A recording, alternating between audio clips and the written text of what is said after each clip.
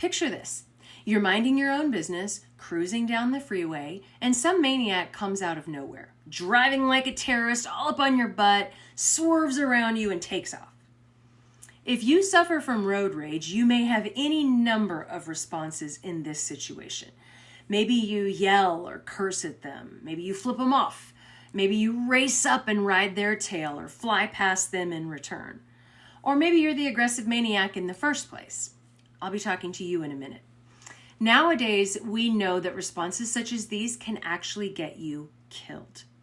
No joke. Every year, the number of people injured or killed in a road rage incident increases. Despite this, some people still struggle with letting things go. It's time to grow up, people. Some maniac on the freeway is not worth your sanity and certainly not your life. Now, research tells us that young adult males are more likely to experience road rage, but as a recovering road rager myself, I can tell you that this condition affects women as well. What you need to understand is this. Other people's driving behavior has nothing to do with you. That's right. Nothing. Think about it. Has anyone you know ever acted like this toward you on the road? The odds are slim to none. Listen, that terroristic driver on the freeway doesn't know you from Adam. They actually couldn't care less about who they're annoying by their driving. They've obviously got their own crap going on. You're reacting because you're personalizing the behavior of some random wacky driver on the freeway. You have no idea who they are or what the heck their problem is. And you could be anybody on that freeway at that moment, going that speed in that lane. You were simply in the right place at the wrong time. You don't need to own their behavior like it has anything to do with you. Not your circus, not your monkeys. Do not get enraged about it. It ain't about you. So why do people react this way? Well, deep inside the brain, there's a tiny almond-shaped structure known as the amygdala. It dictates our emotion and reactivity and is constantly looking for trouble in the form of some type of actual or perceived threat. When road rage occurs, it's because the amygdala is processing incoming information in a way that makes it personal, that makes you think the behavior of a random stranger is actually about you. It's ludicrous and immature when you really stop and think about it. So how do we fix this? What you have to do is manipulate that little sucker into changing the way you react to incoming information. Just like learning to play a musical instrument or learning to meditate, you have to practice this skill to get better at it. Let's look at some tactical ideas about how to do that. So first and foremost, don't be self-absorbed. That is, consider the intentions of the offensive driver. What do you truly know about them? Is the terroristic driver trying to tick you off? Of course not. If you think so, you're giving yourself far too much credit because their behavior has everything to do with them and what they have rolling around in their heads and hearts and nothing to do with you and what's going on in your life. You could literally be anyone whom they think is in their way. It's pretty self-absorbed of you to think that you have such an impact in a stranger's life if you really stop and think about it. Number two, consider alternative interpretations of events. It's possible that the offensive driver is just a straight up jerk, okay? We all know there are those people in the world. But it's also possible that wacky driver dude is racing to the hospital because his wife and child were just in a car crash and they're in the ER and may or may not make it to see tomorrow. Or maybe the driver is a single mom racing home after a 12, 14-hour shift to spend a little time with her kids she hasn't seen all day. She's wrestling with mom guilt about not seeing them more, so she's hauling it home to get even a few minutes with them before bedtime. And number three, think about how you want to feel after the event or situation has ended. Do you want your nervous system all amped up, your blood pressure high, your attitude all janky? No? Okay, then don't allow the actions of some fool on the highway to do that to you. They're the one having an issue or a bad day, not you. Now, if you are the instigator in these road rage scenarios, let me talk to you for a minute.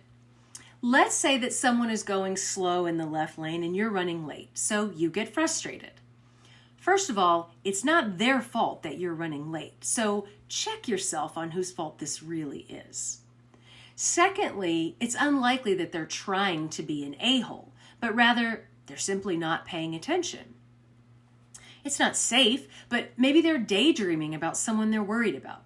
Maybe they're talking on the phone and not paying attention.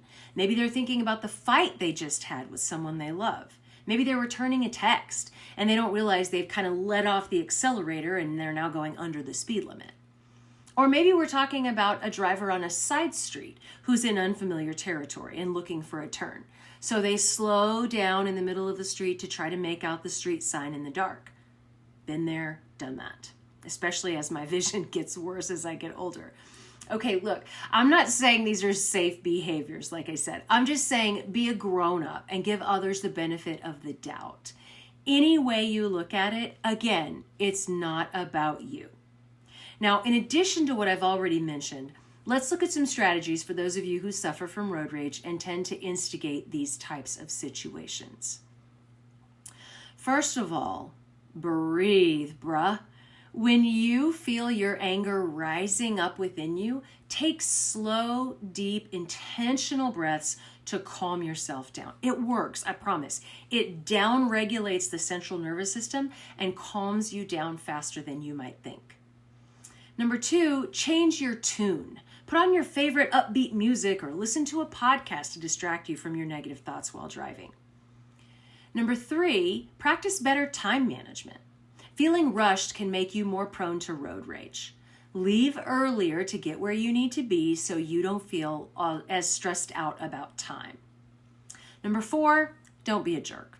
Avoid aggressive driving in order to decrease the odds that you're going to have an issue in the first place, okay? This means no tailgating, cutting people off, making rude gestures, etc.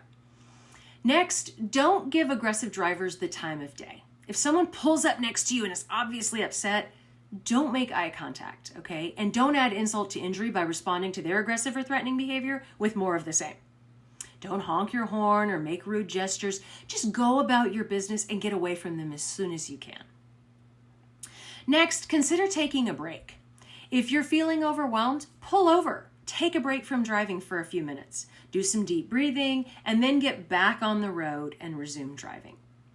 You can report them. If the driver is truly putting others in danger, you can always call 911 and report them when it's safe to do so.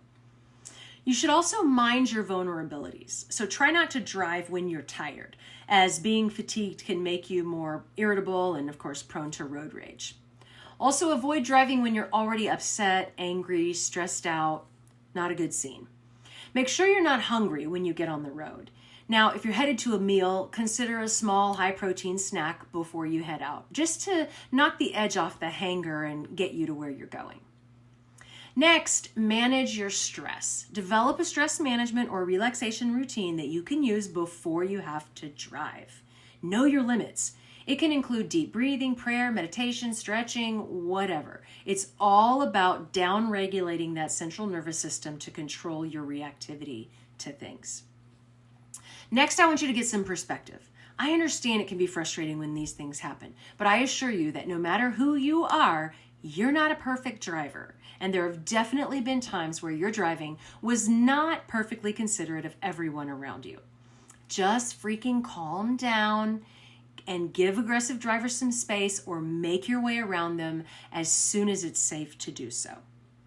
Trust me, you guys, I get it. Road rage sucks and it can be difficult to overcome. Been there, done that, got the t-shirt, y'all, okay? I used to get all up in my feels until I chose to see things differently. I made myself practice having empathy for others and made myself aware of my own imperfect driving at times.